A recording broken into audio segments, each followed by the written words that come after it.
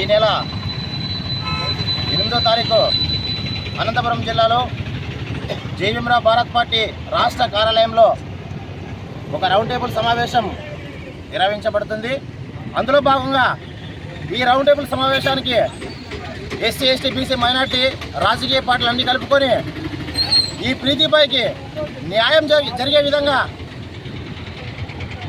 విధంగా జై భీమ్రావ్ భారత్ పార్టీ నుంచి పోరాడతామని చెప్పి ఈ సందర్భంగా పిలుపునివ్వడం జరిగింది. అంతేకాకుండా జనసేన అధినేత పవన్ కళ్యాణ్ గారు ఇది సినిమా కాదు నాయనా నువ్వు డైలాగ్ చెప్పడానికి, గతంలో కర్నూలులో వాళ్ళమ్మ నీ దగ్గరికి వచ్చి మాట్లాడితే నువ్వేమంటావు? ఆమెతో నిందితుడికి శిక్ష పడే విధంగా అధికారం వస్తే నేను శిక్ష ఏర్పాటు చేస్తానమ్మా అని హామీ ఇవ్వడం జరిగింది. ఇది సినిమా డబ్బింగ్ కాదు నాయనా, ఇది నిజ జీవితము. నువ్వు రాజకీయం చేయాలనుకుంటే రాష్ట్రంలో దళితులే కాదు ఎస్సీ, ఎస్టీ, బీసీ, మైనార్టీలు జగన్మోహన్ రెడ్డి ప్రభుత్వం ఉన్నప్పుడు 30,000 మందిని అన్యాగ్రంథంగా అయిపోయినారని చెప్పేసి నువ్వు ప్రబలబలు పవన్ కళ్యాణ్ ఈ పొద్దు నువ్వు ఎక్కడ దాక్కున్నావని చెప్పేసి ఈ సందర్భంగా జై భీమ్రావ్ భారత్ పార్టీ తరఫున మేము అడుగుతూ ఉన్నాం.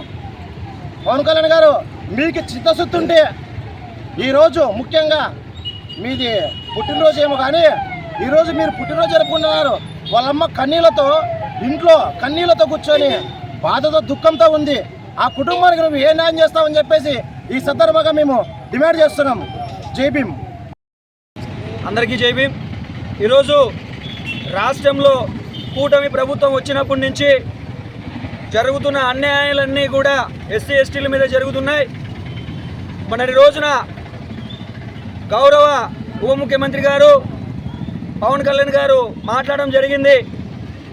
ఈ ప్రభుత్వం ప్రజల కోసం అలాగే మహిళల అభ్యున్నతి కోసం పాటుపడే ప్రభుత్వం అని చెప్పేసి అధికారంలోకి వచ్చిన తర్వాత చెప్పడం జరిగింది.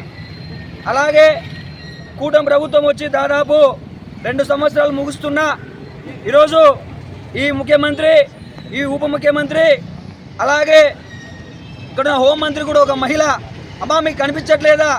ఇంతమందికి ఇన్ని అన్యాయాలు జరుగుతుంటే, ఇంతమంది మహిళలుకి ఇబ్బంది అత్యాచారాలు జరుగుతుంటే మీరు నిమ్మకు నీరెత్తినట్టు ఉన్నారు. అలాగే ప్రీతిబాయ్ అనే ఒక మహిళ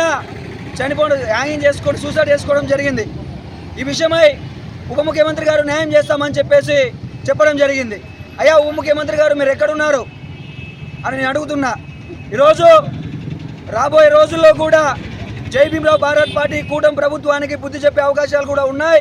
మీరు గుర్తుపెట్టుకోవాలా, మహిళల మీద జరుగుతున్న దాడులను ఆపలేకపోతున్న ఈ కూటమి ప్రభుత్వం, చేతగాని కూటమి ప్రభుత్వం వెంటనే బర్తాప్ చేసుకోండి. మీరు సీఎం గారు, ఉప ముఖ్యమంత్రి గారు మీరిద్దరు కూడా రాజీనామా చేయండి. ఎందుకంటే మీకు ఇక్కడున్న ఎమ్మెల్యేలు, ఎంపీలు కూడా మీ భుజాలు మీరు తట్టుకుంటున్నారు. మీరు సీఎం గారికి అలాగే ఉప ముఖ్యమంత్రి గారికి భజన చేయడం జరుగుతోంది. ఈ రాష్ట్రంలో దళిత ముఖ్యమంత్రులు, దళిత ఎమ్మెల్యేలు ఉన్నారు, దళిత మినిస్టర్లు ఉన్నారు. మీరు ఏం చేస్తున్నారని చెప్పేసి నేను అడుగుతున్నా.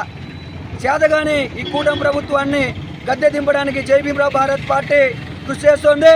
రాబోయే 8వ తేదీ 9వ నెల 2025 కూటమి ప్రభుత్వం మీద కూటమి ప్రభుత్వం చేసిన అఘాయిత్య కూటమి చేతగాని దాని మీద రౌండ్ టేబుల్ సమావేశం జరుగుతోంది. ఈ రౌండ్ టేబుల్ సమావేశానికి కుల ప్రజా సంఘాలు, పార్టీలు కూడా వచ్చి పెద్ద ఎత్తున విజయవంతం చేయాలని చెప్పేసి చెప్పుకుంటూ జై భీమ్, జై భారత్.